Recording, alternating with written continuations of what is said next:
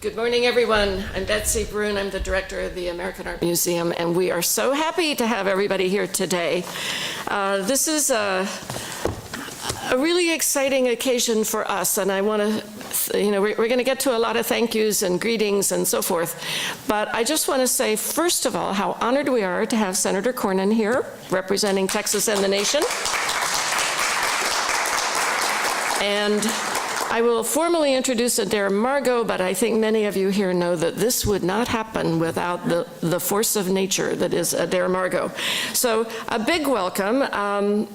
This symposium is about Tom Lea, but it's really about Tom Lea as he stands for something much bigger, which is the profound significance of preserving and featuring and protecting our nation's heritage. And because we are such a broad, diverse, geographically diverse and in every other way country, it's also about preserving regional culture. As a Kansan, this speaks to me in my soul. So it's especially appropriate that the symposium should be here. This is the nation's first federal art museum. Our collections began before there was a Smithsonian. The first things in our collection date back to gifts to the nation in 1829. We have been enriched, especially over many generations, by artworks made under federal patronage. Now, you might think that, of course, federal patronage for art waxes and wanes across the ages, but at no time has it ever been greater than during the Great Depression. It was a time when you might have thought money for culture would be in short supply, but you would be wrong. Thanks to a very inspired leadership of the age, it was a golden age for artists of every type. We decided to celebrate this epoch a few years ago by creating an exhibition that would salute the 75th anniversary of the New Deal programs for art that was going to go on view here in 2009.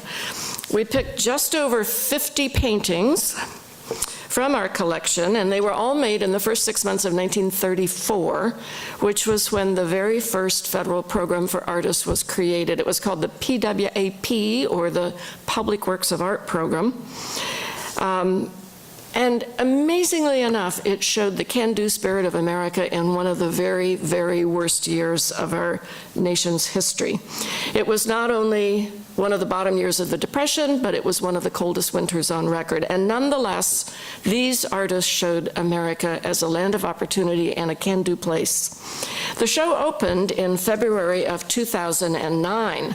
Something we couldn't have known when we organized the show a couple years earlier was, we would be in the middle of another Great Depression just descending across America. When this show opened in February, the Congress was just then debating the stimulus bill to try to lift America out of the profound economic setback we had just experienced. I'm sure you remember that debate. So suddenly this kind of sleepy little show that was supposed to be all from the collection and just to kind of, pay a little historical tribute to something that happened 75 years ago. Suddenly it is the hot ticket. Museums started calling us from all across the country saying, can we borrow that show? So we quickly organized a tour. It went to 12 museums over 4 years. It just came home at the end of 2013. And a lot of these paintings are newly installed up on the first floor where they still show the kind of excitement that created that exhibition at that time. Now, when we organized the show, the artists weren't very well known. We were surprised we didn't really recognize these names. We just picked the works by pulling everything from the collection that was made in early 1934 and looking at it and saying that one and that one and that one, just the works that we thought were the best. And when we did do the research, we were surprised. Of course, it turns out almost everybody was under the age of 40. I guess if you hadn't made a success of your art career by age 40, you'd gone off to do something else. So the artists who needed relief were the young ones still struggling to get established. And even more surprisingly, they came from all across the country, not just from New York. It was a period when the megaphone of the New York art world was almost total. But here were all these artists from all the regions of the country aspiring to do great things. And maybe even more surprisingly, 25% of these artists were first-generation immigrants.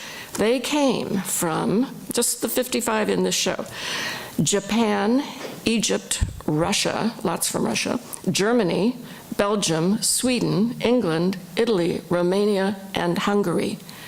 And most all of them had come before 1924, when a hugely restrictive Immigration Act basically shut the door to immigration to America for the next 40 years. So these starving artists, many of them newcomers to our country, somehow felt so profoundly grateful for the opportunity they were given to survive a very difficult winter, that the paintings they made are full of hope and opportunity and excitement and love of the country. It's a very, very inspiring thing. So this program was, of course, not a standalone. It was the pioneer arts relief program. But during the 1930s, there were many more. One was the Murals program. We're going to hear a lot more about that one today. Created 1,400 murals all across America in every little public space imaginable. Then there was the even more famous WPA. It paid 5,000 artists to create 225,000 artworks that hung in public spaces like schools and libraries, creating a vast benefit for all sorts of Americans beyond just those wealthy enough to buy art for their living rooms. The Index of American Design employed hundreds of artists who made watercolors of bits and pieces of Americana made before 1890. Today, those 18,000 watercolors are all housed by the National Gallery of Art. The Farm Security Administration hired photographers to document conditions in rural America. Today, 164,000 FSA photographs are in the collections of the Library of Congress.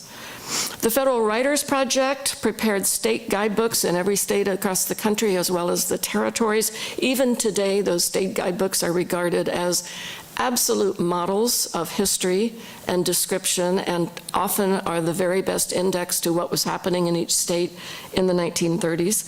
The Federal Writers Project also fanned out 6,600 historians across the country. They recorded 2,300 first-person interviews of people talking about slavery.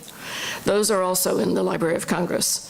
There was a Federal Theater Project, and it put theaters in every community across the country, not only for people who spoke English, which was the common thing, but they had special theater projects for people who spoke Yiddish, Italian, Spanish, French, and German. Then there was the Civilian Conservation Corps, and they created infrastructure in every tiny community. The little small Kansas town I grew up in had both a school and a cemetery built by the CCC. It's that same infrastructure that is so much in need of renewal today, so we could think about that. It's a legacy of the past that we need to now steward as part of our own mission.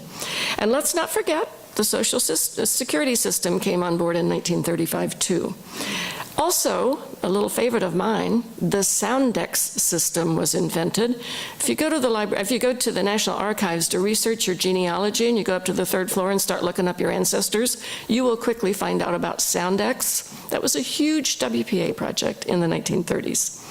So learning all about this is inspiring. It was inspiring then and today. One thing we know is the 1930s produced the greatest in-depth record of we the people, of our citizen democracy that has ever existed in the history of this country. There is no decade that can compare to what was accomplished then. So, thank you, Adair. Thank you for convening us to remember this essential history, which we forget at our peril. Adair, of course, is an old hand at doing these big things. I'm going to start with when I got to know her best. She was appointed by President Bush, 43, to be the president of the Committee for the Arts and Humanities. And she was a dynamo. She was in town and accomplishing all kinds of things every time you looked around. Before that, she had an art gallery in El Paso, and actually that did continue, I think, until 2011, representing hundreds of artists, including many of the nation's great regional artists. If New York has the megaphone, there's a sort of smaller little microphone coming out of El Paso, and that is Adair. Most recently, she founded in 2009 the Tom Lea Institute, and Tom Lea has long been a cause. We are enormously proud that our Tom Lea hung in the Oval Office during Bush 43's administration. He was a great modernist. He was a great portrayer of regional and rural America. Of course, in the famous words of Thomas Hart Benton, why is it if you paint the Hudson River, you're a national artist, but if you paint the Missouri River, you're a regionalist? So we're going to call Tom Lea a great national artist. She is aptly and rightly rewarded with the Presidential Citizens Medal for her work in cultural diplomacy, and she's the only person of my acquaintance who has received from Mexican President Felipe Calderon the Aguila Azteca. I don't even know what that is, but it sounds really impressive. So with no further ado, I would like to introduce Adair Margot and thank her most profoundly for today's event.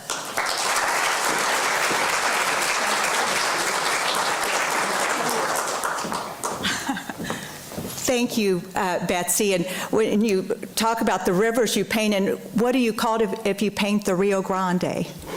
You know, it is true what Betsy said. I thank you so much for such a great overview of why we are here. Of course, I'm from El Paso, Texas, so I am, as one artist friend of mine said, you know, we are all local. We can only be in one place at one time, and sometimes when you have an artist who has lived in a place his entire life, preferring to live on the sunrise side of the mountain, as Tom Lea did, the side to see the day that is coming, not the side to see the day that is gone. Those are words that President Bush likes so much.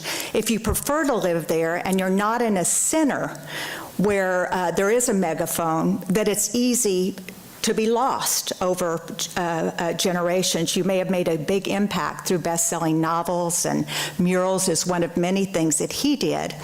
But it's easy over generations as the people who did support your work die and you haven't been integrated. It's easy to become lost. And he's a person who really changed my life, and I feel like knowing more about him can help us understand things that really matter. And Betsy said that it's so often it's about, he used to say, I think oftentimes in moving forward, it's about enlivening things that have always been there. And so I think he's someone who teaches us that. And someone who will speak today will be Jim Billington. I must say that Jim, I led a delegation to China when I chaired the President's Committee on the Arts and the Humanities. Many of you all who are here were on that delegation.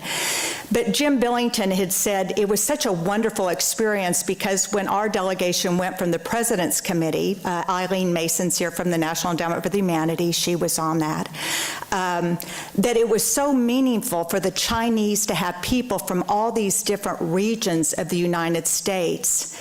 And we shared, I told our chairman, I said, what we're doing in China, we're going to share what we love from where we are and let them share what they love.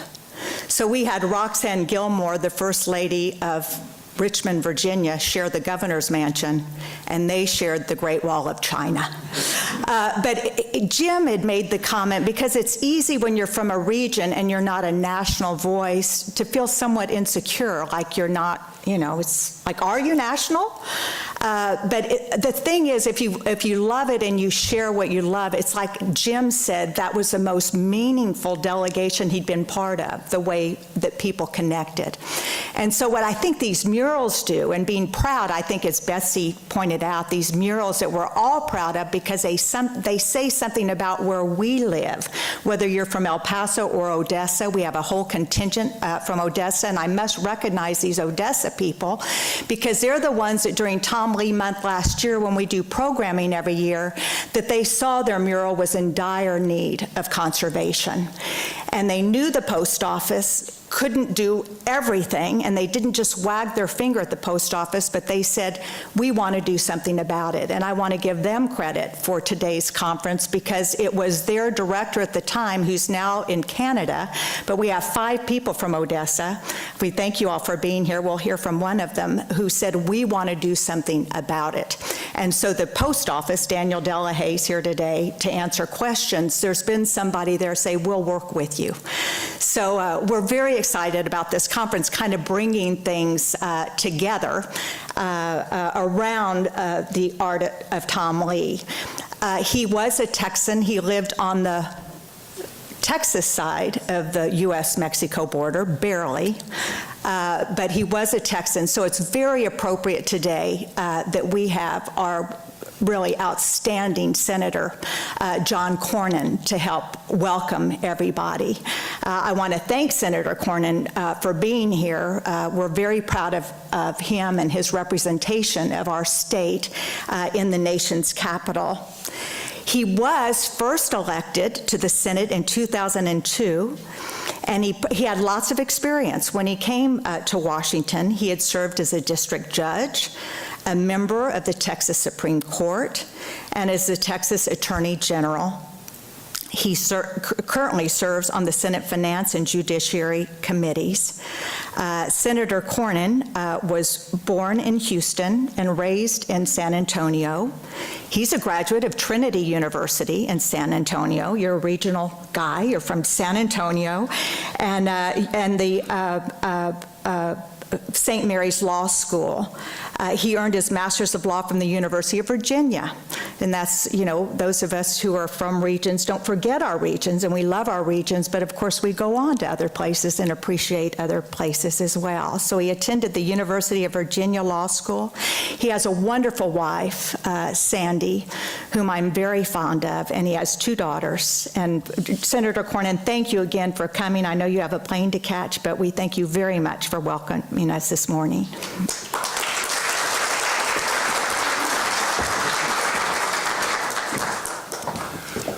Well, good morning. It's great to be here with all of you this morning, and particularly my friend Adair Margot, who, as you can see, she's brimming with energy and ideas and enthusiasm, and it's just contagious for all of us who know and love Adair and Dee, her husband. And of course, we know them best from their longtime support of promoting the El Paso area's rich cultural history. You know, I think we talk a lot about the border here in Washington, D.C., but not usually the way Texans talk about the border. It is a unique and fascinating part of our great country. I usually kid my colleagues in the Senate. I say, most of you think what you know about the border is what you have derived from movies and novels, because many of them have never been there to see what a unique and fascinating part of our country it is. But again, that's what Tom Lea in part depicted through his novels and through his great artwork. And I also want to recognize, of course, the Librarian of Congress, Jim Billington, who you've heard about, and who does such a fantastic job. I'm honored to be here with you briefly this morning and appreciate the opportunity just to say a few words regarding the preservation of these murals from a noteworthy era in our artistic and cultural history. Tom Lea, as you've heard, was an extraordinary Texan who left behind a legacy full of passion and color, a legacy, as you've heard, full of great spirit, and a legacy that inspires as well as our national heritage. No artist, perhaps, has so carefully and effectively captured the essence of the Southwest border region. No one did that better than Tom Lea. He knew the mountains and the valleys, the rivers intimately, and he could place him in the shoes of every colorful character who crossed that rugged terrain in order to bring their experiences to life, either on oil, on canvas, or between the pages of a novel. His work took him to every continent. He's remembered, of course, for always returning back home to Texas. In fact, most of his paintings primarily capture themes found near his home in El Paso. For 8 years during the Bush administration, as you've heard, Tom's painting, Rio Grande, was on loan from the El Paso Museum of Art and was displayed in the Oval Office. George W. Bush frequently invoked Tom Lea in his speeches, and of course, Adair alluded to this, but when he spoke in 2000, he said, "My friend, the artist Tom Lea of El Paso, captured the way that I feel about our great land, the land I love." He and his wife said, "I live on the east side of the mountain. It's the sunrise side, not the sunset side. It's the side to see the day that's coming, not to see the day that is gone. Like his work, Tom Lea's spirit will be passed down to future generations, in significant part thanks to the good work that you're recognizing here today. And of course, the reason we're gathered here today is for this conference stems from the admirable actions taken by a gentleman from West Texas that has been alluded to, George Jacob, who I'm told was the one who actually identified this mural in Odessa, Texas, and helped, along with the work of others, I'm sure, probably those who are here today, to bring it back to life. Last July, I'm told, George walked into the Odessa post office to find that Lee's 1940 mural, Stampede, had been sprayed with soda and splattered with pieces, loose chunks of paint. He contacted the Tom Lea Institute and the U.S. Postal Service expressing his concerns about the mural's condition and his willingness to work with others to have it restored. His persistence, as well as others, I'm sure, brought about today's conference to begin a national discussion on the importance of maintaining the murals produced during this important part of our history during the New Deal. These works are true gems of American history that deserve our careful attention and respect. So I think it's great to be here recognizing not only the work of this extraordinary Texan, Tom Lea, who we take, as you can tell, great pride in, and but somebody whose spirit shone through not only his artwork but his novels, and someone who we would do well to remember today, perhaps in times when we are feeling like things are not quite working around the world and in our own country the way perhaps we wish. It's good to remember and be invigorated by the spirit, the indomitable spirit of somebody like Tom Lea. So thank you for letting me come by and share a few words with you today, and I hope you have a great program.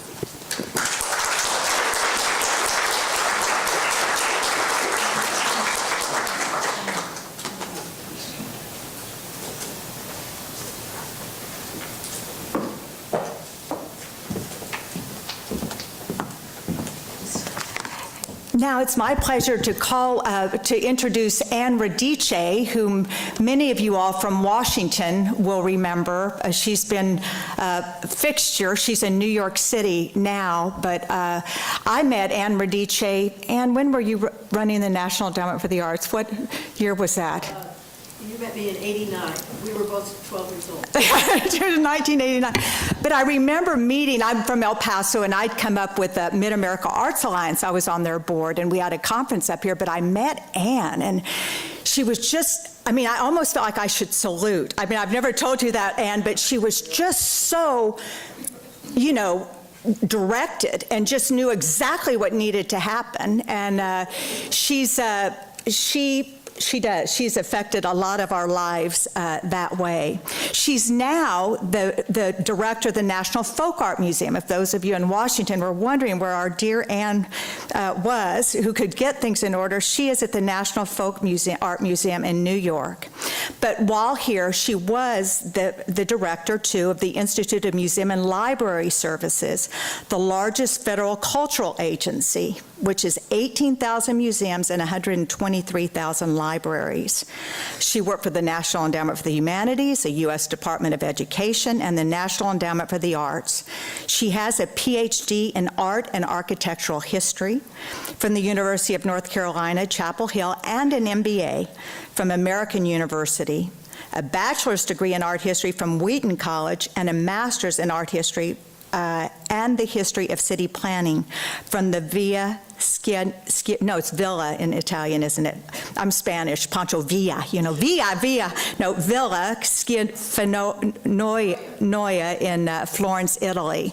And she'll be up here with a panel who will be discussing our regional heritage and how important it is to us, and I'll let her introduce our panelists. Oh, someone notices?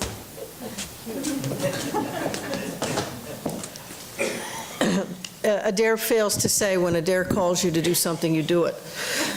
But it's really a great privilege to be here and to be in Betsy's house. Betsy Bruin is one of the great museum directors, I think, not just in the United States, but the world, and has been an inspiration to women in our field.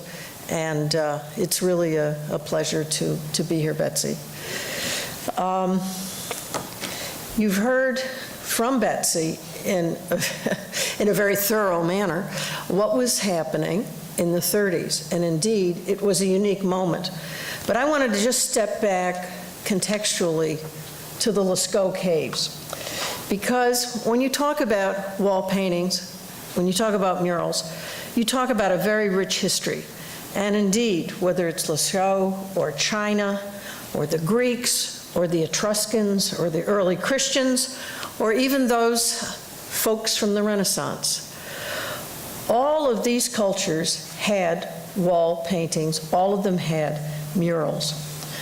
Whether it's Giorgio Vasari in the Palazzo Vecchio showing the great triumphs of the Medici, or Michelangelo making us face the realities of the Last Judgment in the Sistine Chapel.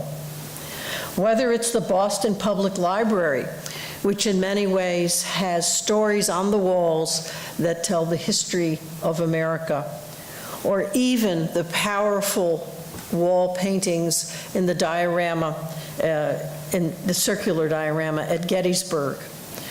Why? Why did people do these things? Why? It is storytelling. It's history recording. It teaches us lessons. In a way, it presents history in a way that everyone can enjoy it. Everyone can learn from it. The objective of putting these paintings up, of doing them, of course, when we talk about the WPA in the 30s, a lot of this has to do with I think, the brilliance of the administration at that time to recognize certain artists. But the stories that were recorded, like-minded people, non-like-minded people, help us establish our own place in civilization. We respect those figures that we gazed up at the post office. We wondered who they were. Some of them looked very powerful. Some of them looked like us. Some of us didn't. Some of them didn't. We have artists such as Diego Rivera, who also called us forward and to witness things that maybe we didn't want to know about, but in a way that presented these visions, these histories, these stories in a permanent way. You're going to hear a lot about Tom Lea today, and indeed, he is part of that tradition. One of my favorite muralists is Thomas Hart Benton, and I have to say, when I finally saw his works in situ at the Truman Library, I was just completely blown away by them, because I'm from Buffalo, which most people think is the Midwest, but I'm not from the heartland. And to be part of that experience, to stand there, to be drawn in with these powerful figures, is something that I will always remember. These murals have symbols as well. There's certain things that people might be holding, or certain ways in which they're doing we learn from this. We understand what the messages are. And conveying a message so that you can easily recognize it is brilliance in itself. Tom Lea's work, to me, is done with love and without judgment. And that is something that, when you heard Senator Cornyn and Adair talk about where he lived and being on the side of the mountain where the day began and did not end, in a way, that says a lot about the American spirit. And it's something that, might not be a bad idea if we ascribe to again. We are looking at works today that may be allegorical in some ways. And when you meet the Librarian of Congress today, and he introduces the next panel, he and his operation also has some amazing wall paintings that reinforce allegory, that call on the muse in all of us. And indeed, how appropriate for this conference to be in Washington, the city that legislatively created some good legislation to help with the preservation of the mural history of our country. Regionalism, a very dangerous word in some books, and it was alluded to that sometimes it's considered pejorative.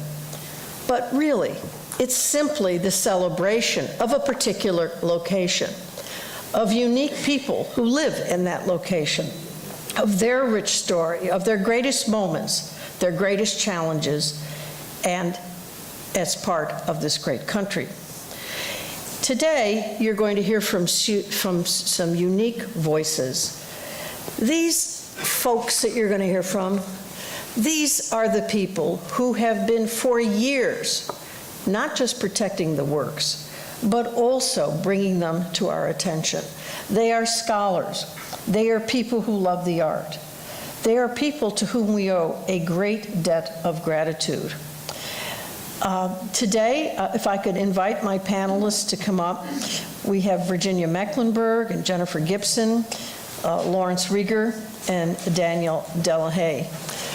I just want to say a couple of words about each person. Oh, is Trudy?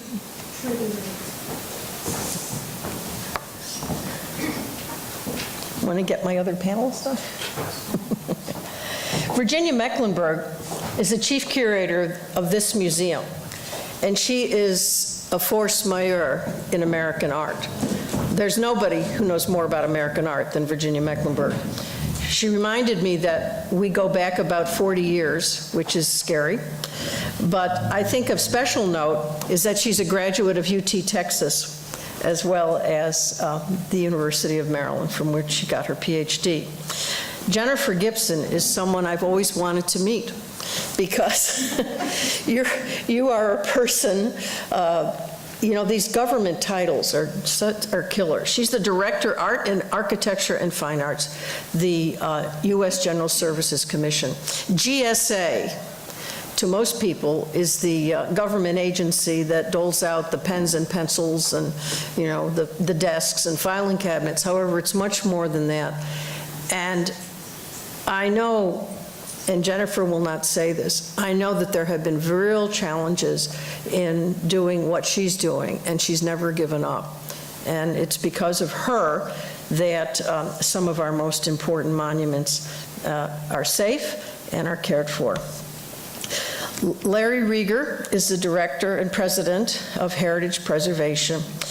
Larry was the director of AAM, the American, was then called the American Association of Museums, for almost 10 years. He was the general counsel of the National Endowment for the Arts. He was an advisor to Nancy Hanks. He's a wonderful person. He's also the recipient of the Forbes Medal, which is the highest medal you can receive for preservation and conservation. Daniel also has one of those federal titles, Federal Preservation Officer, U.S. Postal Service. He too is a hero, and I've always wanted to meet him. And I have an additional person because maybe you would like to come and introduce her? And of course, we also want to pay homage to George Jacob, who is the gentleman who was referred to earlier, who was from Texas, who absolutely discovered the terrible condition of that mural and wanted something to be done about it. George Jacob left. He was actually of Indian descent who was living in Odessa. He was there less than a year, but wrote that letter about the condition of the mural before he left. But upon his departure, we invited Trudy Lewis, who was a school teacher. Her husband served in the Texas State Legislature with my husband, Tryon Lewis. And Trudy, during Tom Lea Month, would speak in Odessa about the mural called the Stampede, because she taught it to students, fourth graders, Trudy? 10th graders there in Odessa. So Trudy has taken George Jacob's place and came here with this delegation from Odessa. Thank you. And Trudy, would you like to speak from the table, or do you want to come up here? This is fine, or whichever. Well, I think people would like to see, why don't you come up here, and then you can see you a little better. And she will push her own buttons and stuff like that. Okay, come on up. You're going to lead off? They're calling you up. Okay. To begin, I'm the first on the agenda. Hey, Pardon me. You're just fine, ma'am. Do the lead off. Yes. Well, I think everyone wants to know about this mural, the Stampede. Thank you. Thank you. Oh. Okay, well, I don't know what I have. You just have to sit at the table. You don't have to You get know up.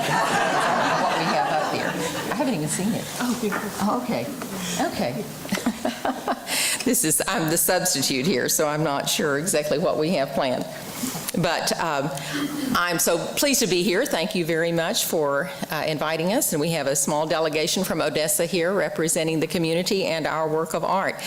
I am taking the place of the museum director, so I thought I would try to talk a little bit about our work of art from our community perspective, our local perspective, because certainly we're here to look at this as a national treasure, but also for us, it's a local treasure. And so I thought I'd talk a little bit about how my experiences with the work of art and also of the people in our community and what we hope perhaps can be done to protect and preserve it for the future.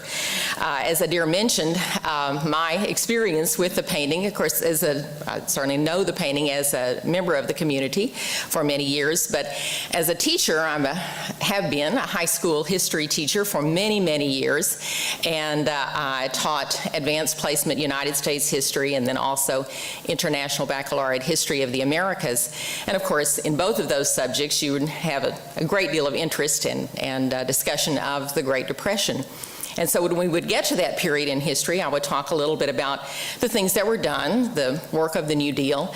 And of course, if you're trying to make the experience a good one for your students, you always want to try to connect what is happening to their own personal lives. And so I would also try to talk about locally in our part of the world how the New Deal and the Depression affected our area. And so I would talk to them about the work of the Civilian Conservation Corps, and we'd talk about the buildings, the Indian Lodge near Fort Davis, Texas, and some of the other things that they might know about. But then I would always tell them that there was something very, very close to them. In fact, I taught history at Odessa High School, which is the older school in town, closer to the center of town, near the post office. And I would always tell them there was something very, very close to them that was actually created at the time of the New Deal and through the auspices of the program to help people find jobs and get the country moving again. And of course, I would say all of them, I would say almost all of them, were not aware of the existence of the mural, because the Tom Lea mural that we have, the beautiful mural, is in not where it was originally placed. It's in a newer post office, and where it is placed today, it's certainly visible, and it's open and visible to the public or available to the public 24/7 because it is a post office. But it's not in a site where you would normally see it as you walked into the post office. So I always encourage them. I didn't show them a picture of it. I said, we have this wonderful mural, the Stampede, and I would say, now I want you to go at lunchtime and go see the mural. And of course, I would encourage them, extra credit, whatever I could, to go see that mural and talk, and then come back and tell me about it, because I wanted to be sure they had gone. Luckily, that was in a day we didn't have quite as much electronic transfer of information, so they couldn't just send a picture to somebody. They had to actually go. Well, they were just, I had this wonderful response, and I would come back, and of course, being young, I'd say, well, what did you notice? What did you notice about the work of art? And of course, they would say, the eyes of the Longhorns, because some of them are red and some of them are green, and they would say, what, that's really strange. And of course, it's an incredibly powerful image. So that was my experience originally, and most often with the mural itself. But I always would try to talk to them about Tom Lea's interest in the mural, his goal for the mural, and I think that's a wonderful story as well. And it's a interesting comment on the times. I think he was, of course, won the competition to create the mural in 1940, and he said, and he knew it was making a mural for a post office in Odessa, and he said originally he had thought about doing something associated with the oil industry, which of course was just beginning to thrive at that time. But then through his friendship with J. Frank Dobie, who was writing a book about the Longhorns, he visited places where there still were longhorns available to be seen and the original Texas cattle. And so then he was inspired to do a painting about the longhorns and a stampede, because Odessa is near the old cattle trails and also the crossing of the Pecos River, where at that time was a very difficult crossing. We've had rain, so it's a little bit more difficult right now, too, which is good news for us. But so he created this wonderful mural, and just tremendously powerful. We have pictures of it, but of course we all know, a picture is not the same as seeing the object itself, and it's tremendously powerful when you see the image that he created. And when I talk to people about the mural, friends that I know, the people who have memories of that mural are the people who saw it where it was originally located. Today, the mural is in a post office that was opened in 1971. The original post office that the mural was designed for was opened in 1939. That building is still there. It's across the street from the current post office. And it was a one-story building, but it had a tall, high ceiling.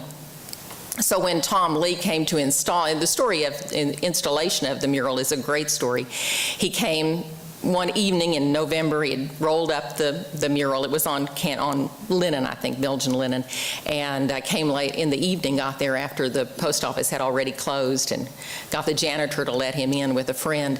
And they they knew where the mural was to go, and so they installed it, and it was up, because it's a one-story building, but it was above where the people would come to buy stamps and mail packages.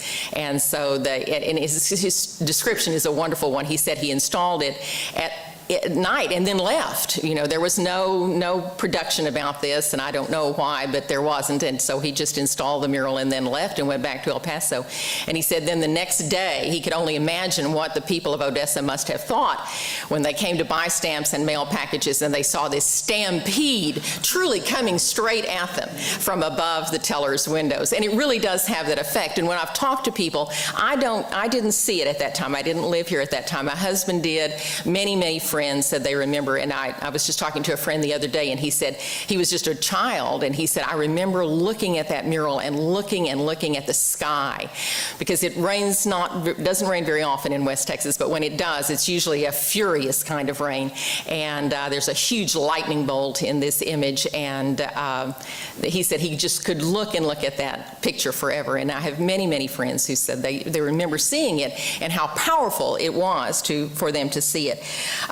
Today, it is not in a position which would allow it to have that kind of impact. The newer is not a new post office at this point, 1971, but it is very low ceilinged, and so when they moved it, and they did, and the mural was cleaned and framed at the time that they moved it in 1971, but now it is at eye level, and when you come into the post office, unless you know it's there, you will not see it. You almost have to make a U-turn when you walk in the door. If you were going to buy stamps or mail a package, you would never see the mural. And so sadly, I also have friends who are very interested in the arts in Odessa, and again, I was just talking the other day, they didn't even know that it existed, or didn't know they knew it existed, but had not really seen it. And the old building still exists. We would love to think about not just restoring the mural itself and perhaps doing that, but perhaps even restoring it to its original position, which would be a wonderful thing to do.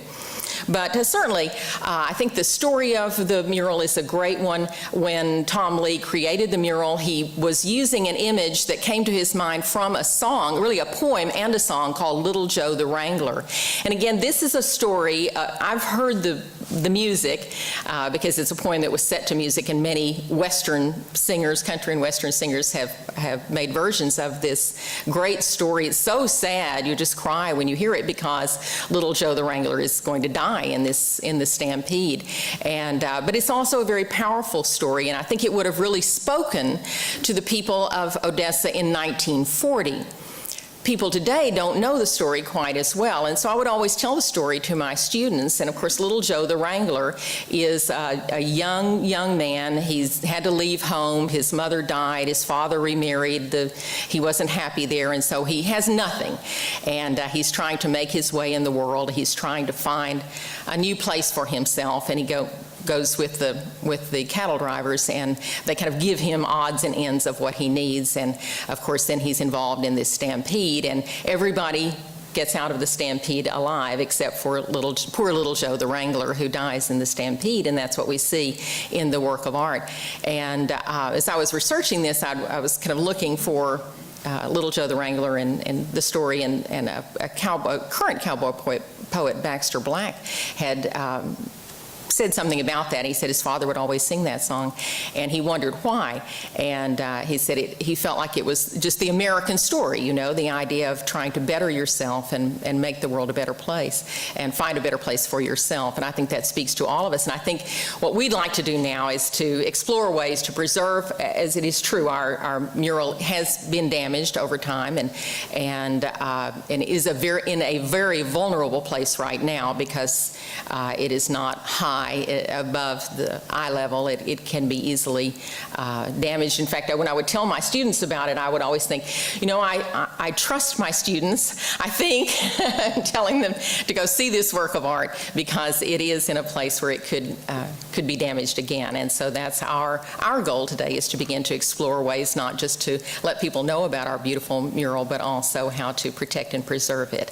So I encourage all of you, please come to Odessa. It is an amazing mural, and it, as powerful as it is in an image, it is much more powerful in reality, as I'm sure you all know about any work of art. Thank you so much.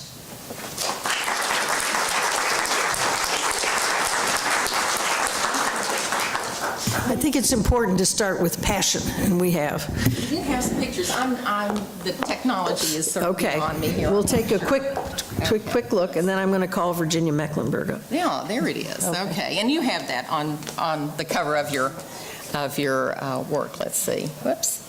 And this is just to show a bit of the damage. It is stable now, but of course it does need to be preserved and restored.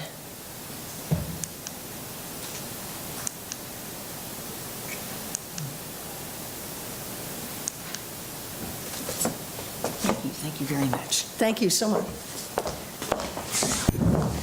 Dr. Mecklenburg, may I ask you to come up, please?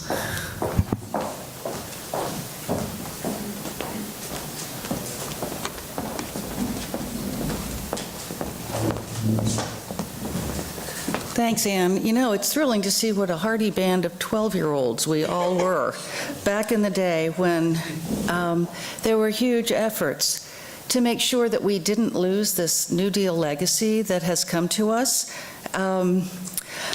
The museum, the Smithsonian, what's now called the Smithsonian American Art Museum, has a huge collection of paintings, sculpture, prints that were done under one or another of the New Deal programs. We also have several hundred studies for murals, and actually even a number of full-scale murals that were transferred here years ago when they were in danger of being lost. We were the Federal Museum responsible for art of our own country, what Betsy has called the citizen democracy. So, you know, we opened our arms and all of these orphans came in, now which people don't think of as orphans anymore. They have a home here and they're valued, treasured, researched, exhibited, shown. We're very happy with them. Now, some of the murals and mural studies that we have were done under the auspices of the WPA, but most of the mural-related materials here were done for the section of fine arts, which is still, you know, except for those specialists, a relatively little-known program that commissioned murals for post offices and other federal buildings around the country, like the Tom Lea mural for the post office in Odessa, Texas. The program lasted only 9 years, from the fall of 1934 until 1943. But over that 9-year period, over 1,400 mural projects were commissioned. And when I say mural projects, because many of them were single murals, others were mural programs, so there may have been 8 or 10 murals as part of the contract package for, you're going to laugh when you hear the numbers, $3,306,000. Seems like nothing, a drop in the bucket at this point. But what is important about them is that they offer really a fascinating chronicle of what's essentially community art during the Dust Bowl years and the Great Depression. The program was administered by the Treasury Department, but its focus was local and regional. Artists, oh, you know what? Oh, we do. Allie, thanks. Artists were charged with painting scenes of what Forbes Watson, Edward Bruce, and Edward Rowan, these were the people who conceived the program and ran it, called past or present history. They advised the artists to work with people in the community to develop their themes. So it's something of an art by committee approach, but what it meant was that mayors, school teachers, librarians, postmasters, members of the Rotary Club, and all sorts of other community groups contributed ideas for themes. And they were thinking long-term. The materials that were used, the Belgian linen that Tom Lea used, fresco, some of the works were created in true fresco.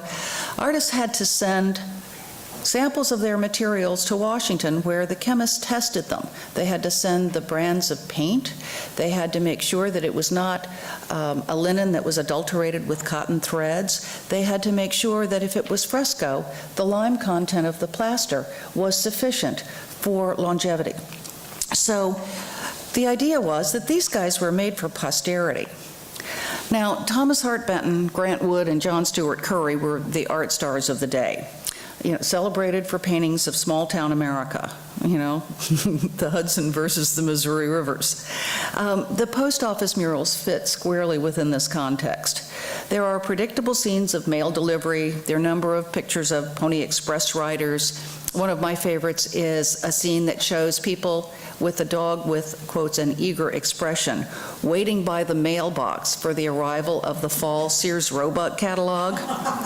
Lots of scenes of productive agriculture. This is Joe Jones's study for the post office mural in Seneca, Kansas, called Men and Wheat. But a lot of them deal with notable episodes in local and regional history, what social commentator Van Wyck Brooks in the teens had called the usable past. There is a huge sense that people are looking not to the moment, but to what had made the country great in the 18th century, the 19th century, and on into the 20th century. What was it about ourselves, our history, our values that we could reconstruct and recreate to make a more solid society in the 1930s?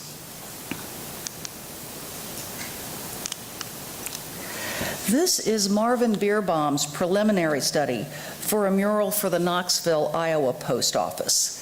It takes a minute to sort through. This brown square in the middle of, that's where the postmaster's door would have been.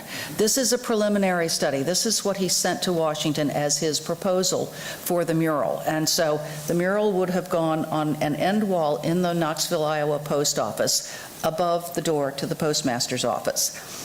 It's a somewhat chaotic scene. Settlers are carrying lanterns, torches, stakes beneath a swirling nighttime sky. It's a lively interpretation of the night, a very specific night, October the 10th of 1845, when pioneers rushed out to claim homesteads on newly opened land. And though it's not as realistic as most of the murals that were commissioned for post offices, the people in Knoxville loved that it captured what I will read you just a phrase from the newspaper, which said, "It gets the shouts of excited drivers mingled with the yells of men on horseback carrying torches, flaring in the wind."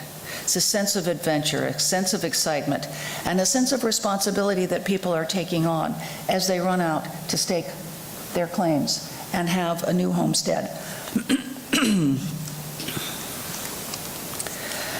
Mary Early, I mean, these are names of artists that you are very unlikely to recognize. But they were the people who spoke for America during the 1930s. Mary Early, a woman who was a New York painter, worked with the people in Dolgeville, New York, before painting this image. It's called Down Rent War, around 1845. So is a scene that would have had particular resonance during the Depression. What he's done is he's captured a moment from the 1840s when tenant farmers were about to be evicted from their land. So their neighbors, who called themselves the Calico Indians, put on animal masks to disguise their identities. They cornered the sheriff, who's over there on the horse on the left, and grabbed the eviction papers and burned them so the farmer, could stay on his land. The kid on the right, see, there's a kid on the right, he's sort of a Paul Revere kind of a figure. He's the lookout. He's the one who blows the signal so that everybody will gather together when the sheriff is about to come. The notion that history is important comes through in dozens, probably hundreds, of murals that show founding fathers laying out the plan for a town, settlers being greeted by the area's native inhabitants. It's as though moments in local history could serve as parables that reminded people that planning, grit, and traditional values could help them get through tough times. But since we have a great Texas contingent, I have to show you all this one particularly. Sometimes things could go a little awry. Jenny Magafan submitted this proposal for the post office in Anson, Texas. It shows an annual celebration, a party that the town had every year when everyone dressed up in 19th century clothes, sort of a la their grandparents, to celebrate their cowboy heritage. Well, the folks in Washington had a few suggestions when Magafan submitted this preliminary study. One of their specific remarks was that she really needed to turn the dancers around so we would look at their faces, not their backs. But she ran into trouble with the finished mural. It's a lovely painting, but the guitar player she thought might get thirsty. So she put a jug in the lower right corner of the painting by his chair. Well, normally, the section hired artists who had some connection with the area. They were born there, they had lived there at one point. But Magafan was from Colorado, not Texas. She had no idea that Texas was a dry state. And so she had to paint out, once the mural was installed, there was a real hue and cry. She had to paint out what looked to everybody like a liquor jug sitting in the lower right corner of the painting. Well, the moral of that little story is that public acceptance was absolutely crucial, not simply because these murals were put there for long-term duration, but also for the survival of the program. The folks who envisioned it and managed it had hoped that by locating the section of fine arts within the Treasury Department as part of the office of the supervising architect, it might become a permanent fixture within government, so that a percent for art for all federal construction in the future would go to the decoration. Well, that, of course, didn't happen, not at that point anyway. But the idea that the public is the patron of these paintings, of these murals, and of the sculpture was very crucial.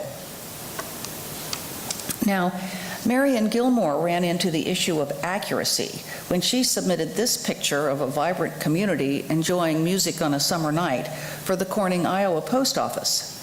She just happened to mention when she sent the design to Washington that it was a generalization that represented really all the small town parks all over Iowa. And by the way, the town square in Corning didn't actually have either an obelisk or the cannon. See back over here, there's a cannon that the kids are climbing on, obelisk. I mean, classic town square accoutrements. Well, she was immediately informed that the cannon and obelisk had to come out because there weren't any in Corning, and they didn't want people to be upset that she was showing someplace else. So, of course, she complied. I mean, she had to. The artists were paid in stages, and only upon total acceptance at multiple stages did they actually receive their interim and then final checks. But what she didn't mention when she wrote to Washington was that the square was ringed by storefronts and shops, not that beautiful sort of warm-feeling enclosing row of trees that you see across the back of the painting. But it turns out in this case it didn't matter that it wasn't perfectly accurate. After the mural was installed, the section got a letter from someone named T.B. Turner, who said that the mural, and this is a direct quote from his letter, artistically and truthfully depicts the happy community way of life in the finest little town, in the most livable section of the most prosperous state, of the most democratic country, in the whole topsy-turvy world in this problematical year of 1941. Now, there's something of Norman Rockwell's idealistic world in the post office murals that were commissioned in the 30s and the very early 40s. Some are really great and significant art. Others are more important as cultural documents, but they all serve as barometers of ideas and values that community leaders thought were important to pass on to future generations. They are, in fact, the visual trace of our citizen democracy during one of the toughest times, one of the toughest decades in our history. And last, I want to show you Marvin Bierbaum's painting called Automotive Industry. It's actually on view. The full-scale mural is on view upstairs. So as Trudy says, there's no substitute for looking at the real thing. So I'll urge you, if you have a few minutes in a break time or after the symposium is over, to go up to the F Street entrance of the museum, which is the opposite one from where you came in this morning, turn right and walk down the corridor, which is installed in a show from the permanent collection that we've called Experience America, the 1930s. Everything there, no, not everything, many of the things there were created under the one or another of the New Deal programs, and including 2 murals.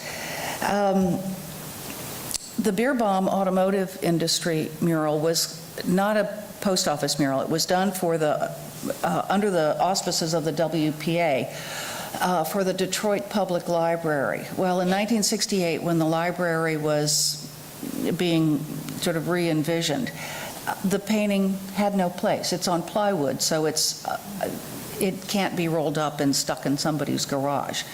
It is 15 feet across and 8 feet high. So it's not nothing to figure out where to put it. So, of course, it seemed like a wonderful orphan that needed a good home, and we said, yes, we'd love to have it. It's not the only mural that is here.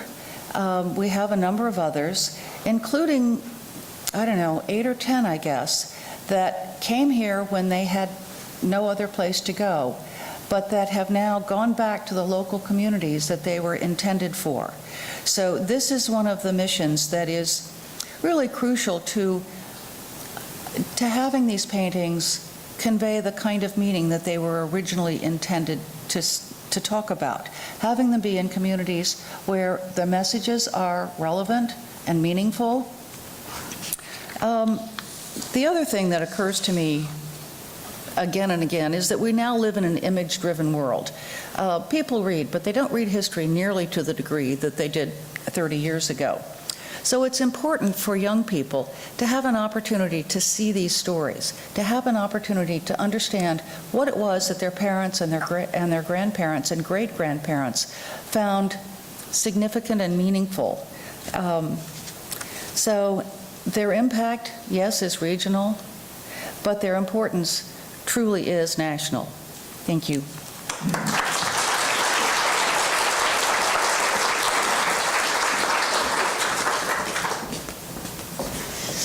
May I call up now Dr. Gibson?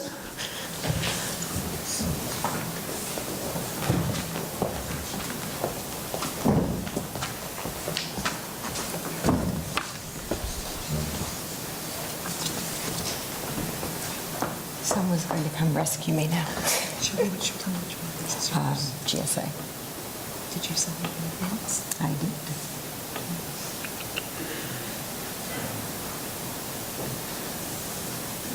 Do you have another flash drive? No, I didn't bring it. I can't believe. I actually made the deadline in my... Oh, well. Hold on one sec. Let's see. I will then just talk. I will say that probably, indeed, people are wondering why General Services Administration, which, as was mentioned, we do supplies and materials to government, federal, state, local government. We also are the major real estate holder in the nation of federal space. And when GSA was established in 1949, all of those functions that were in the supervising office of the supervising architect of the Treasury were transferred to GSA. Along with that came all of the New Deal artwork. And we are also the agency that continues to commission artwork by contemporary American artists. So anytime we're building a new building or doing a major refurbishment of a building, we are commissioning artwork. So in a way, we are continuing that legacy. Not always unchallenged, because it is money and people question spending funding. And we'll see if I get images, because I hope so. Otherwise, I will just give you some background. I'm actually thrilled to be able to be here talking. I never expected to be the person who was responsible for caring for and commissioning new artwork for the nation. I was actually a pre-doc fellow here when it was the National Museum of American Art, studying art and politics in the 1930s. And then suddenly to see myself dealing with the actual artworks is quite humbling, and I'm very grateful to be able to do it. As Betsy mentioned, the nation just gave a tremendous number of resources to the arts in the 1930s. Through the section, the mandate was to decorate new federal buildings with murals that reflected the nation and its history. And then in the other programs, they went back and for example, the Treasury Relief Art Project, or TRAP, we actually had funding to go back and commission artists to go in and create works for buildings that were lacking art. And then with the WPA, obviously the thousands of artworks, we were recently looking at what kind of financial commitment did the government make. And basically, it's the equivalent in end of 2013 of over $500 million. So the funds we spend on art today are really quite minuscule in comparison. I was going to show one of our works in our collection, and we're delighted, and one reason I'm so glad Adair is a champion of caring for all of this art is Tom Lea's mural in the El Paso courthouse. A amazing artwork that, I'm sorry you can't see, but one that we care for, but that also, by having people within a city, within a community and a state being the champions for the artwork, makes our mission that much easier. It also allows us to ensure the continued relevance of an artwork in a community. All of our works we had another wonderful Tom Lea mural in the collection, and unfortunately it's lost. It's just technically called missing, but Lee was a obviously major regional artist, but as with many of the artists in the section, the works were selected through competition. And many of these artists who may have only had a reputation that was regional were considered by panels of often art I'm sorry, there's going to be no image. I do apologize. It'll be at the end. I have an image of it. Oh, okay. And I'm sorry about all the other work, since I had images of a number of artworks. But the first major national competition was, section competition, was to have murals and sculptures created for the national headquarters of the Postal Service and the Department of Justice. A number of these artists who had commissions locally also had a national position, because these artists were the ones who were selected to create murals that continue to be in our buildings and gain national recognition. Now, the Tom Lea work, called The Nesters, and the Post Office Department's mandate was to have artwork that reflected the romantic history of the post. Many of those images today are quite controversial because of depicting covered wagons being attacked by savages, but they very much reflected the time. Lee's mural, which was in the Benjamin Franklin Post Office right on Pennsylvania Avenue, was titled The Nesters, and it really reflected the glory of the Postal Service, that it could deliver mail anywhere. And you see two figures basically in a fairly desolate setting, homesteaders, but they're receiving their mail. The work was installed to much acclaim, and in fact, a postmaster wrote to the section administrators to express his admiration for the painting and said, "How can we hope to make a finished citizen in an artless town?" And I think that is quite telling. It's a sentiment I'd love to hear more of today, that we need our art, but Lee's mural struck that chord. Unfortunately, the painting, which was installed in '37, we have records showing it was removed in 1947 when there was going to be an expansion and an insertion of postal boxes. Somebody took it down.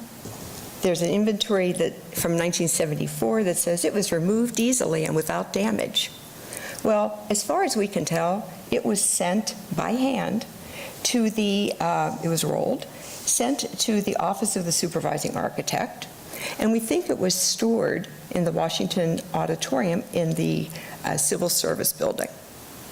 The building was demolished. We have no idea what happened to the mural, and occasionally these things do appear, and one of the aspects of what GSA is doing is recovering these artworks that have disappeared, have gone into the public sector, but actually remain government property. And so if the Nesters suddenly appeared, we would say, aha, and we would reinstall it in the post office. That kind of lack of oversight, and I think one of the things to keep in mind, these government programs, though they were driven by Washington, were also, the administration of them was actually fairly dispersed. So you had centers across the country working with artists, tracking the artwork. The records are decentralized. So there was nobody keeping track all of the time. And there were a number of artworks that were lost.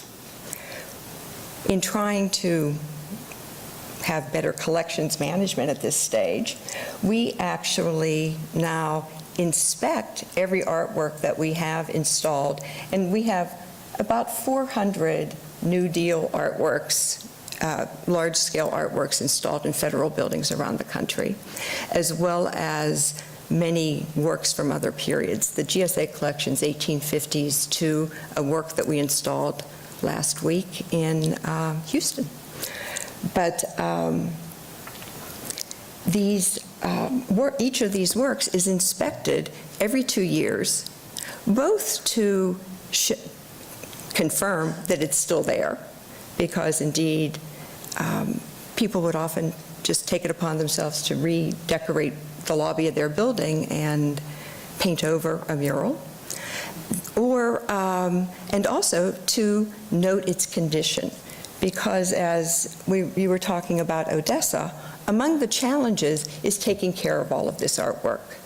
GSA has been fortunate in that we've had internal support and political support to continue to conserve artworks. We have national contracts for conservators so that they go out, assess them, and then we will conserve the works as needed.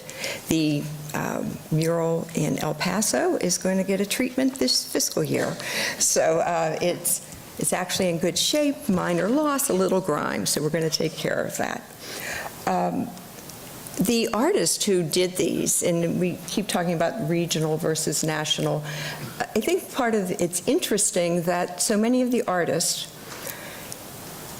they were born, they moved around a bit. Tom Lea is probably quite notable for being one of the artists who did achieve a national reputation, but remained so committed to where he had lived.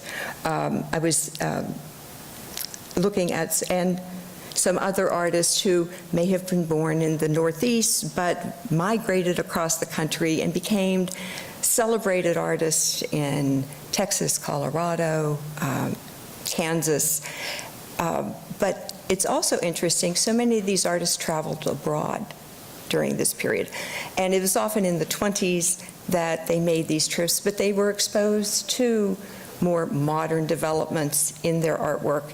And you see that reflected in the styles, so that while Ward Lockwood may be doing paintings of pioneers in the Midwest, or he did a mural for us that's in Louisville, Daniel Boone's Arrival in Kentucky. The style of the mural also incorporates more modern forms. But there was that desire to, and certainly with the section mural, a section program, a push to reflect the history of the nation, the history of a locale, the significant events of that locale. And there was also, and the last mural that Virginia showed, you saw it was also about industry, so that work was celebrated. Charles Ward, a painter from Trenton, New Jersey, who lived in the New Jersey and Philadelphia area his whole life, did one of the earliest PWAP murals, and it was titled The Progress of Industry, and it was about the wire industry in Trenton, which, if you still go to Trenton, there is over the bridge, I think, Industry Built Trenton, or a saying, something like that. And he himself had worked in that industry until he studied art. He was then selected to do a second and third mural. It's now in the federal courthouse in Trenton, but his second mural was local history, but it happened to be the Second Battle of Trenton in the American Revolution. One of our challenges is there we have a building where the courts have totally embraced the artwork, and so they are very much the advocates for us, and we like having partners. But we renovate and change buildings and do things, and it's like how to maintain the integrity of the work as you go through all of these transitions. And so we work in trying to either maintain the original location of an artwork, or to relocate it within the building so that it retains the artist's original intent. And we will also do interpretive information, because many of these images, while they were quite accessible at the time, our people coming into the buildings might not know what the meaning of the artwork is at this point. And so we try to provide that information.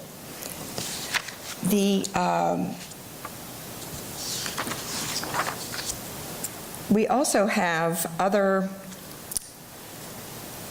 issues that come up. We dispose of buildings. You will see reduce the federal footprint. Well, some of those are historic buildings that have artwork that is significant in them. We, if GSA is going through one of these processes, we ensure that the artwork is in good physical condition. We make sure there's a plaque.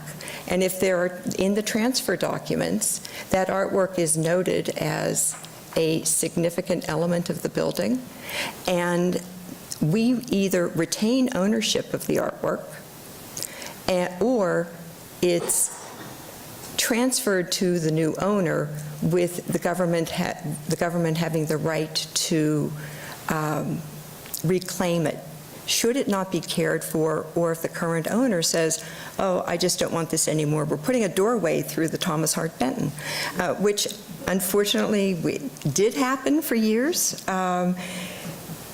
Even within an agency where people are aware of the art, it's a constant theme of saying to people, no, you cannot put the security cameras in the mural. Or the air conditioning ducts. That was a big item for a while. So that these works are protected, and we won't be losing them, and we are tracking them, and we keep in touch with the current owners of the building. And we are ready, if necessary, to reclaim those artworks. And I was going to show two murals that really I was very excited when I saw them. I was in Laconia, New Hampshire, because we were disposing of the Laconia Federal Building, which is one of these little square brick 30s buildings. It had been Forestry Service. IRS was in the building, and the two murals that had been in the public room were now behind locked doors and had, fortunately, somebody had the foresight. They put sheets of plexi over the murals so that they were not damaged by the file cabinets and the shelves that had been put up against them. But it was a Philip Guston and Musa McKim mural. And they're beautiful. And I got them out. I think somewhat to the consternation of the SHPO, but everybody agreed this building was not going to serve a public function. And one of our mandates is these works were made for the American people, they remain important, and they need to be accessible to the American people. So we put the work in the most, in our new commissions, we try to, the work is always in public areas. Now, obviously, all of you know, federal buildings are increasingly secure. It's often hard to get into them, but the work will be in the most accessible area of a facility. And with these New Deal works, we remain committed to that idea that the works need to be available to the public. And so we knew that the Laconia was not going to be a site that was going to be available. So we removed the murals, we've conserved them, and we'll be relocating them. And we indeed have policies on how to relocate artwork. We at one point had tried to put these in we were rehabilitating doing a major modernization of the courthouse in Bangor, Maine, and we thought, oh, these could be perfect. And I think this is a tribute to regionalism, because I'm thinking, oh, New England. They said, those are New Hampshire. We can't have them. I would say, well, but you know, they're really New York artists. But so you never know what's going to happen. But we, as other aspects of our program, are that we are in the process of launching a website, so all of these works will be available online.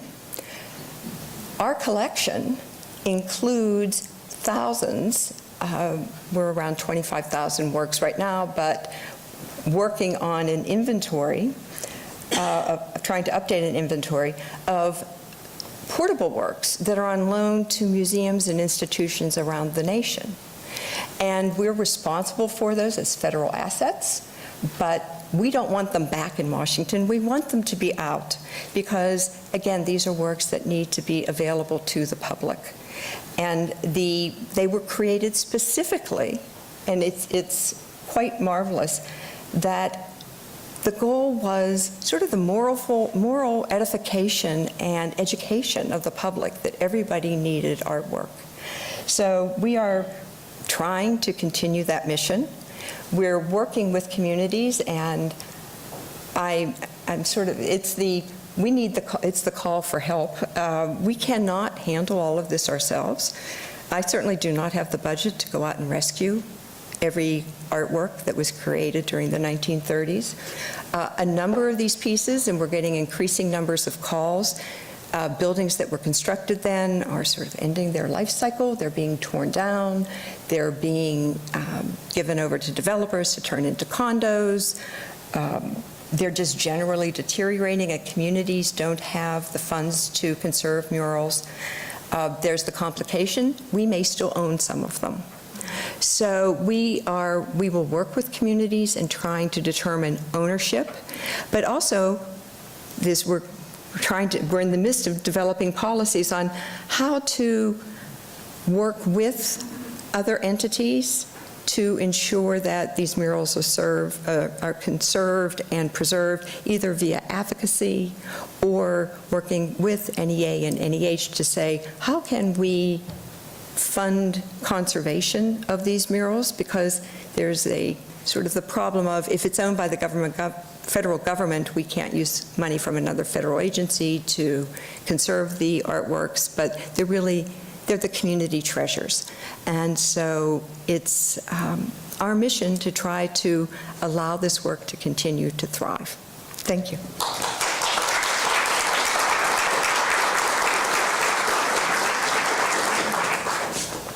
In many ways, you're hearing a call to action, and I really want to echo what Dr. Gibson just said. It's our responsibility as citizens to be attentive to these things. We're all in communities. We all know where these murals are. They're part of our daily lives.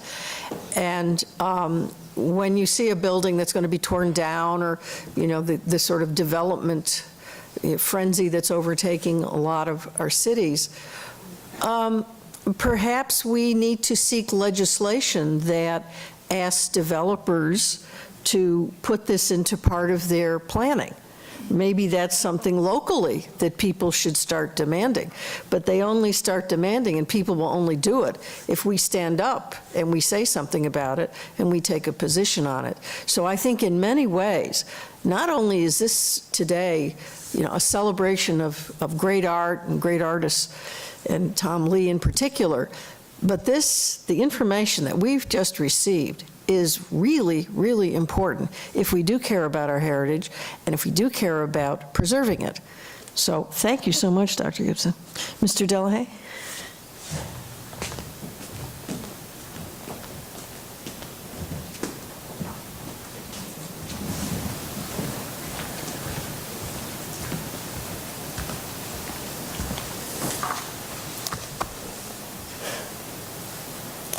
For over a century, the Postal Service has commissioned artistic works to enliven its stamps, to enrich the mailing experience, to bring art to its post offices, and to help educate, inform, and delight the American public. We're very proud of our history, in that postal art is popularly recognizable and generally considered part of the Americana that makes up our cultural experience.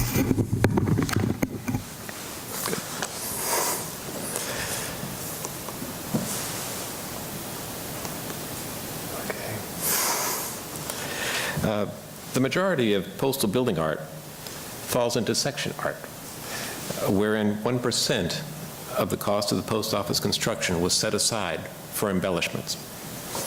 Buildings typically were already constructed.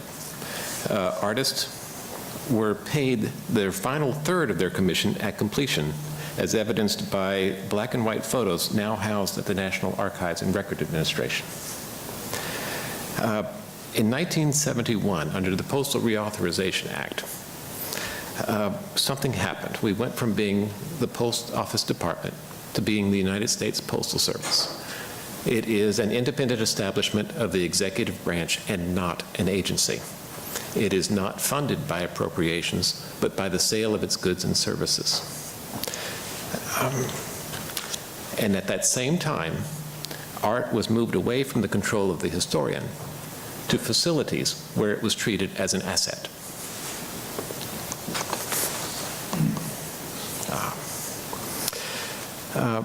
Originally, there were some 1,600 murals, sculptures, bas-reliefs, watercolors, and other art pieces. Already addressed was the creation of the USPS and the impact that it had on the Postal Service. Again, art has now become personal property of the United States Postal Service. Building disposals sometimes lead to mural loans. We do not treat art as a commodity to buy, sell, or trade.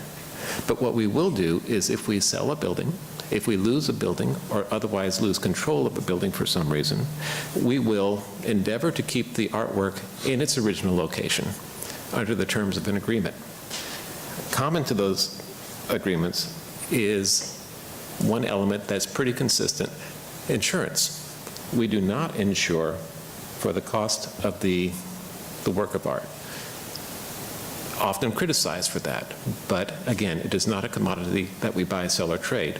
What we do is ensure that the cost and the coverage is such that if the artwork is damaged, it can be repaired.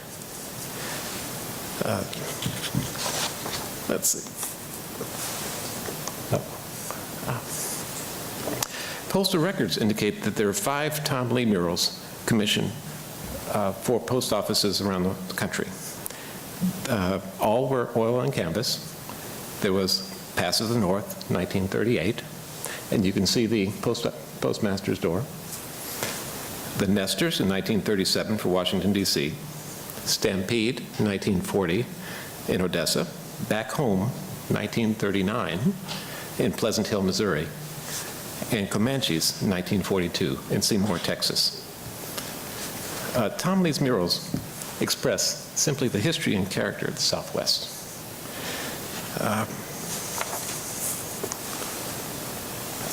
I'm going to walk you through a sample restoration, just to provide a sense of the importance of the Postal Service's placing on its mural collection.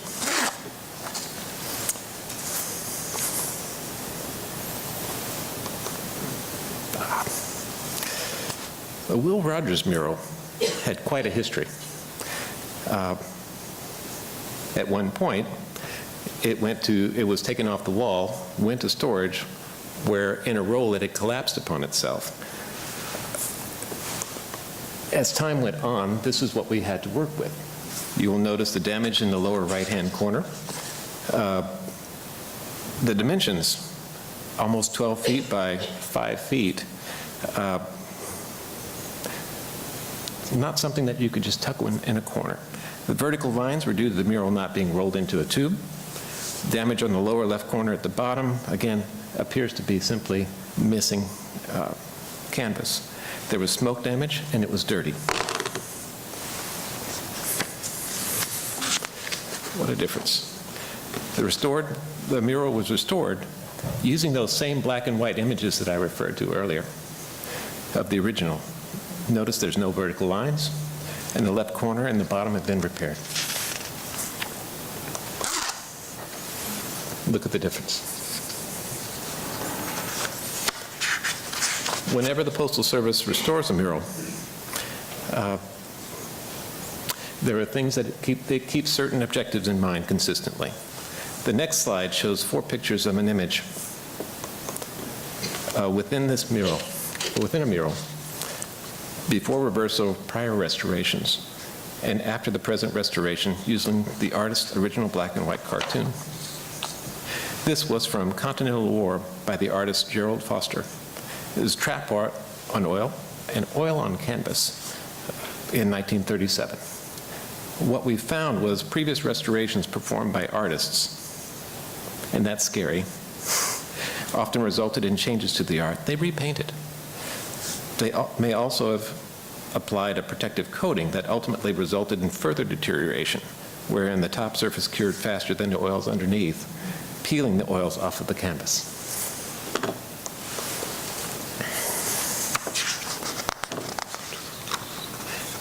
One of the success stories that was embarked upon by my predecessor, Dallin Werdekemper, and folks at the National Museum of the American Indian, is the Indians at the Post Office, Native Themes, and New Deal era murals. This is a website accessed through our National Postal Museum. You may not be aware that visual stories created as a result of the competition to commission postal art resulted in some 400 pieces that contained images of American Indians. Of those, only 24 were painted by American Indian artists. In a collaborative effort between the National Museum of the American Indian and the USPS, this project was created with the purpose of critiquing all 400 murals, addressing both the virtues and the inaccuracies in these depictions from the Native American standpoint. This is just an image from the National Postal Museum website, launched just last year.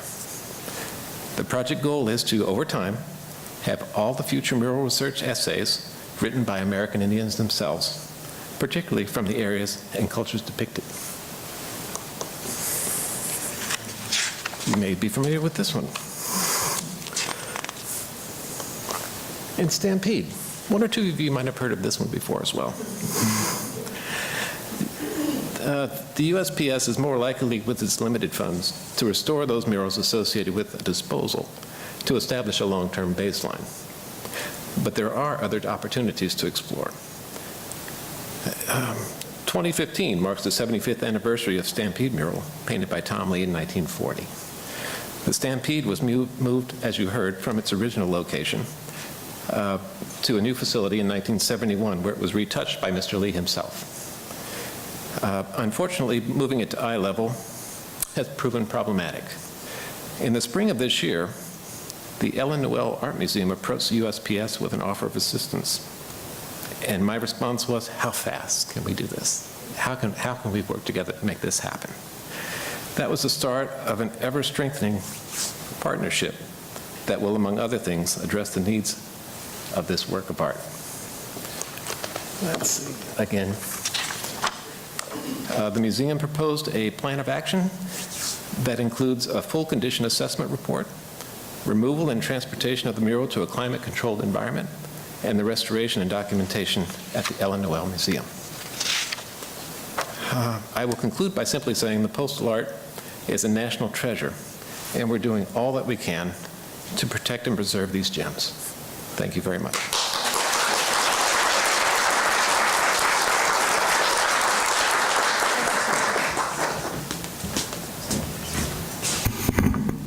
Okay, remember, all politics are local. No, really, let's carry that with us. And I'd like to now ask Larry Rieger to come up and give us his comments. Thank you.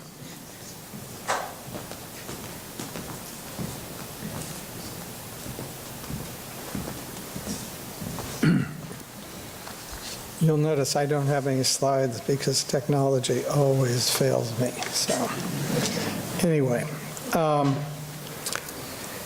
Ann pointed out that I was the first general counsel at the National Endowment for the Arts, and before that, I practiced law in Lincoln, Nebraska, my hometown, for 6 years, came to Washington for a 2-year sabbatical and never left. And the National Endowment for the Arts at that point grew so rapidly from $45 million to $135 million that every 6 months people were changing, 6 to 9 months, it's kind of the gestation period, were changing jobs.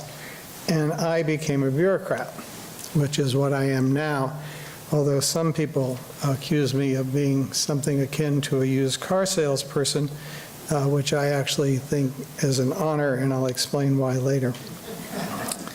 But I asked myself, for me, what is regional art? And regional art for me is the landscape, the farms, the people on the farms in Nebraska, in the Great Plains area, and people who drive through Nebraska and Iowa, especially Nebraska, always say, oh my gosh, that was so boring. And through art, I became to really love and embrace the landscape and the people. For me, there's nothing like driving down a country road and seeing the rolling landscape and the various fields in different colors, seeing the farmhouses, some of which are still occupied, and barns, many of which are not. And I guess I have a little bit of a problem with calling this regional art, but I guess we have to have labels for everything. For me, what we've talked about here today and what my own experience is that it all is important and essential to making up the universe of our experience of our country. Maybe universe wasn't the right word, but anyway, making the collective experience of our country. And I think that I guess we have to have labels, and we have to have stars, and we have to have character actors and all this kind of thing. But, you know, a used car salesperson, you know, is pretty ordinary. And, but I say that because so much of my life has been spent really trying to promote the care, conservation, and preservation of art, history, scientific history too.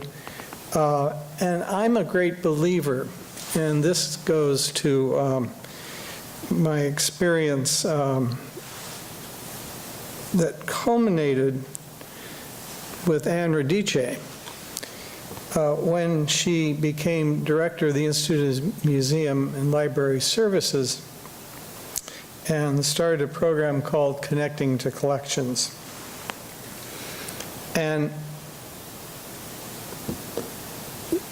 that program was and remains the largest, but largest is, see there I go putting a label on it again.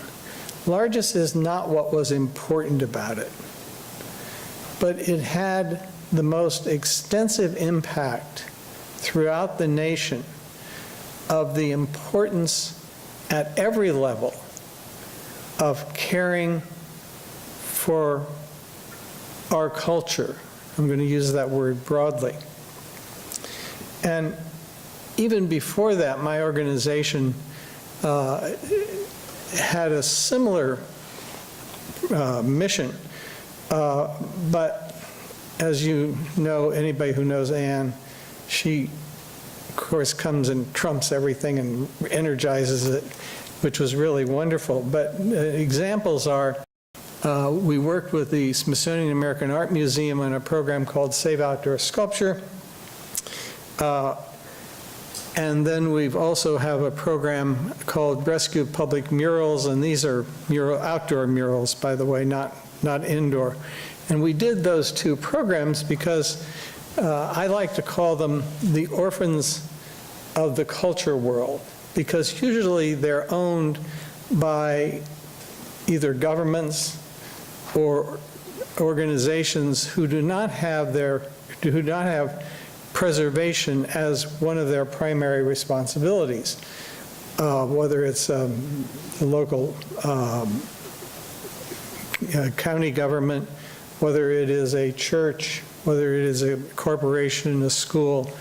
And so why I was so interested in coming here today was that those programs and what Ann did was not to say we have all of the answers, and even more, we certainly don't have all of the money. But what we can do is we can help you. And I looked at Trudy, who's taken on some of this responsibility, and others from Odessa. I want to get very specific now. We can hopefully help you, inspire you, give you information. On occasion, we've been able to raise money for matching grants. We don't actually have any right now. So unfortunately, I was hoping I could announce a $10,000 matching grant, but we don't have that money right now. But we need to develop partnerships to preserve these things. And one of the things that is most important in my mind is that through these partnerships, if you can get the community involved, that is one of the best ways to get people to learn about their heritage or their art. Because people, preserving something is an active, it's active. And when people know that something is needed to be done, then they learn about why. Why is this important? Why is the Stampede important? And so it goes beyond just asking for money, but we're asking you to appreciate it and learn about it, and we're going to help you with that. And just the act of preserving, letting people come in, or having photographs, the before and after, of course, is one of the very best ways. So what I want to leave you with is the idea that what we need to continue to do is to promote the care, preservation, conservation. We have so many different words that we use. I like care of collections myself. But that is an active thing that people do. And when you get people involved in doing something that is active, they learn. Through learning, they appreciate it. Through appreciation, they pass it on. And what more can we do? What a better way is there to see that the future also accepts the responsibilities that we have all been promoting? Thank you very much for having me here. I thought short and sweet would be the best way to end this.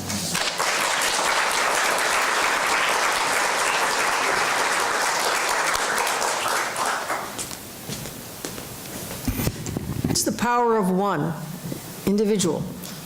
And all of us, there are a lot of ones here today. Larry was being very modest when he talked about connecting to collections. I had that opportunity because I was fortunate enough to become the director of the Institute of Museum and Library Services.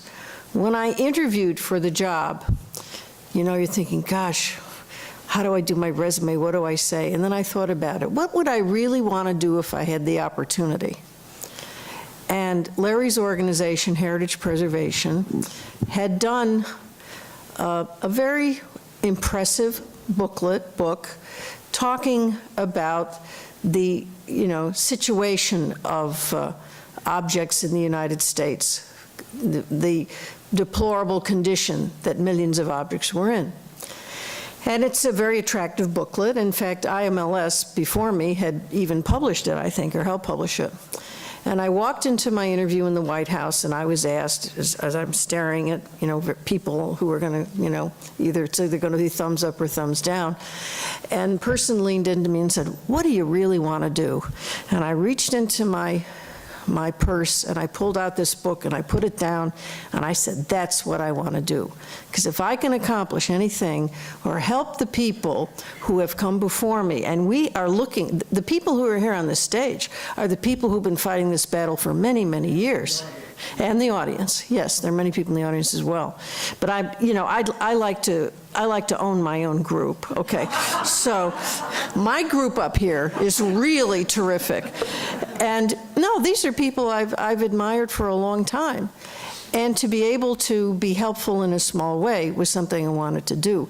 We need to continue to help these folks because they haven't given up. They're here. They still want to fight the battle. So all of us, thank you. And I'm so glad we got to hear in-depth information about all of these aspects of where we are, in addition to our love for Tom Lea. Thank you, Adair, for having us.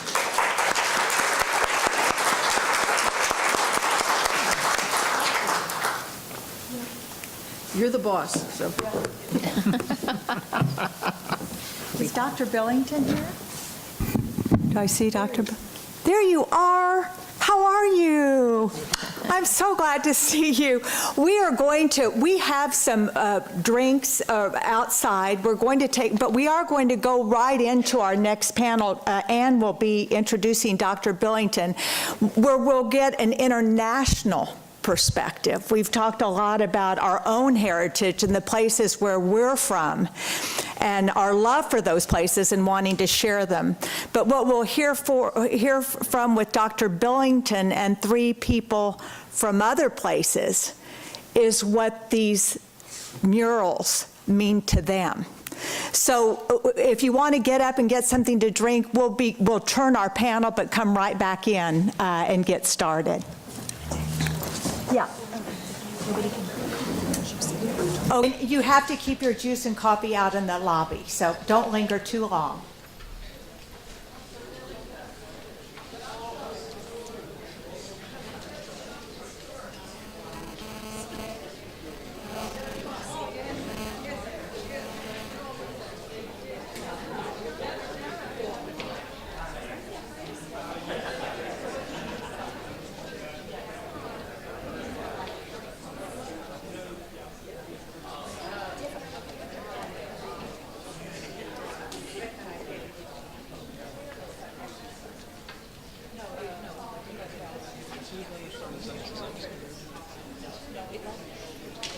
Thank you.